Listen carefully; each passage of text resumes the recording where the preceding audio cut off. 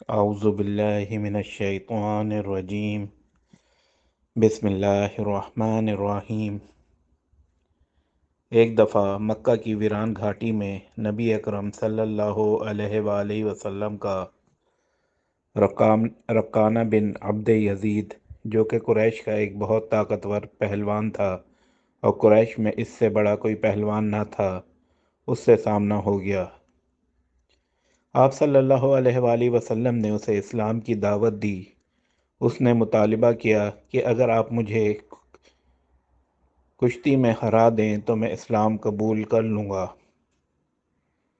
آپ صلی اللہ علیہ وآلہ وسلم نے اسے ایک دفعہ نہیں بلکہ 2 دفعہ کشتی میں پچھاڑ دیا۔ اس نے نبی اکرم صلی اللہ علیہ وآلہ وسلم سے کہا کہ یہ بڑی حیرت کی بات ہے کہ آپ صلی اللہ علیہ وآلہ وسلم نے مجھے پچھاڑ دیا۔ نبی اکرم صلی اللہ علیہ وآلہ وسلم نے فرمایا کہ میں تمہارے سامنے اس سے بھی عجیب و غریب چیز پیش کروں گا، مگر شرط یہ ہے کہ تم اللہ سے ڈرو، اپنی روش بدلو اور میری پیروی اختیار کرو۔ اس نے پوچھا کیا آپ دکھانا چاہتے ہیں؟ نبی اکرم صلی اللہ علیہ وآلہ وسلم نے فرمایا کہ میں اس درخت کو اپنے پاس بلاؤں گا۔ آپ صلی اللہ علیہ وآلہ وسلم نے درخت کو حکم دیا اور وہ درخت اپنی جگہ سے چل کر نبی اکرم صلی اللہ علیہ وآلہ وسلم کے پاس آیا۔ اس کے بعد آپ صلی اللہ علیہ وآلہ وسلم نے اسے حکم دیا کہ واپس جاؤ، تو وہ واپس اپنی جگہ چلا گیا۔ اس طرح عکاشہ بن محسن معرکہ بدر میں بڑی بے جگری سے لڑ رہے تھے کہ ان کی تلوار لڑتے لڑتے ٹوٹ گئی۔ وہ نبی اکرم صلی اللہ علیہ وآلہ وسلم کی خدمت میں حاضر ہوئے۔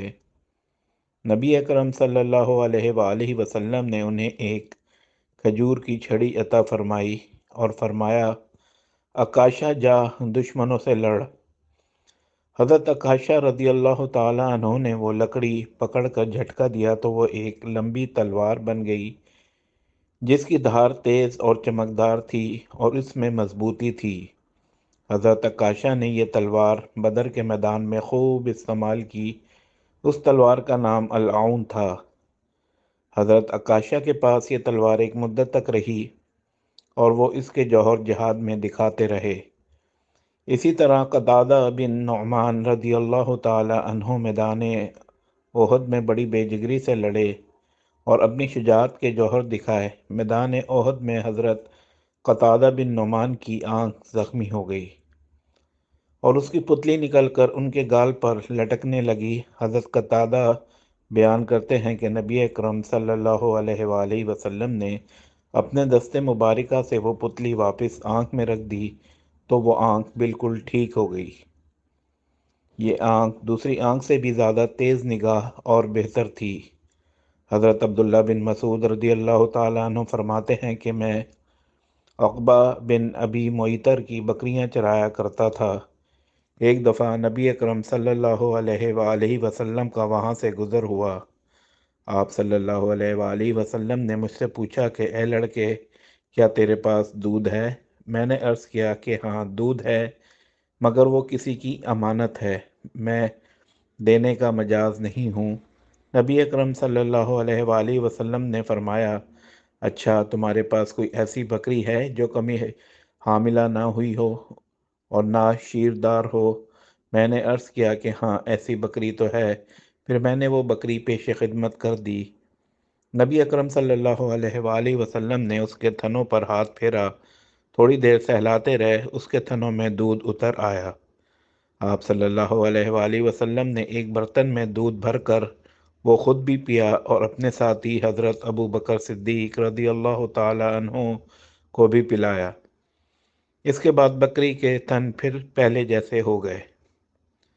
ایک بار ابو لہب کے بیٹے عتیبہ نے نبی اکرم صلی اللہ علیہ وآلہ وسلم کی شان میں گستاخی کی تو نبی اکرم صلی اللہ علیہ وآلہ وسلم نے اس کے حق میں بد دعا کی کہ اے اللہ، اپنے کتوں میں سے کسی کتے کو اس پر مسلط کر دے۔ نبی اکرم صلی اللہ علیہ وآلہ وسلم کی یہ بد دعا ایسے پوری ہوئی کہ کچھ عرصے کے بعد عتیبہ اپنے باپ ابو لہب کے ساتھ شام کے تجارتی سفر پر روانہ ہوا۔ ایک جگہ پڑاؤ کیا، وہاں ایک گرجا تھا۔ وہاں کے لوگوں نے بتایا یہاں تو شیر ایسے گھومتے ہیں جیسے اور عام علاقوں میں بکریاں گھومتی ہیں۔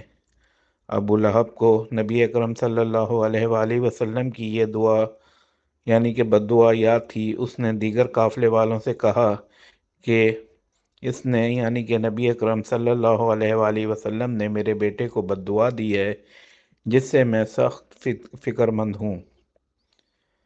پس اب تم سارا سامان گرجا کے صحن میں جمع کر دو اور اس کے اوپر میرے بیٹے کا بستر لگا دو اور اس سامان کے گرد تم سب سو جاؤ۔ قافلے والوں نے ایسا ہی کیا۔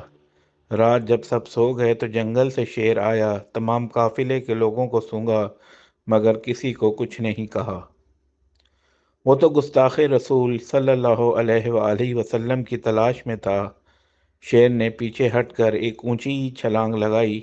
سامان کے بلند ڈھیر پر چڑھ کر اس نے عتیبہ کے چہرے کو سونگھا اور اسے چیر پھاڑ دیا اور اس کا سر کھول دیا۔ اس واقعے پر ابو لہب کا بڑا برا حال تھا اور وہ کہے جا رہا تھا، میں جانتا تھا کہ میرا بیٹا محمد صلی اللہ علیہ وآلہ وسلم کی بد دعا سے کبھی نہیں بچ سکے گا۔ تو یہ آج کی ویڈیو تھی آپ کے پیش خدمت میں۔ امید ہے آپ کو پسند آئے گی۔ آپ اس چینل کو لائک اور سبسکرائب ضرور کریں۔ جزاک اللہ۔